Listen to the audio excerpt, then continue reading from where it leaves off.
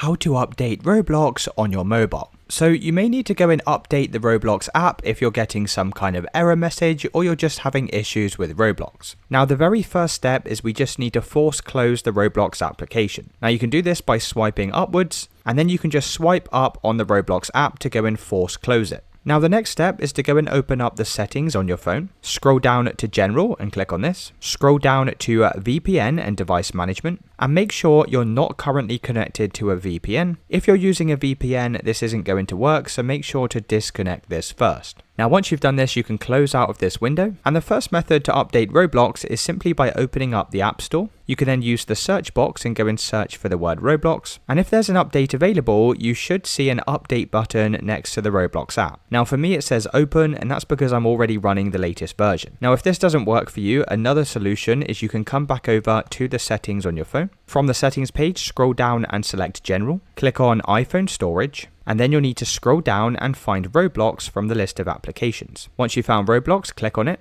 select offload app, and then press offload. You can then press reinstall app, and by reinstalling this, it's always going to reinstall the latest version of the app. So after a couple of seconds, we can just head back over to our home screen, and you can go and load up Roblox, and you should now be running the latest version.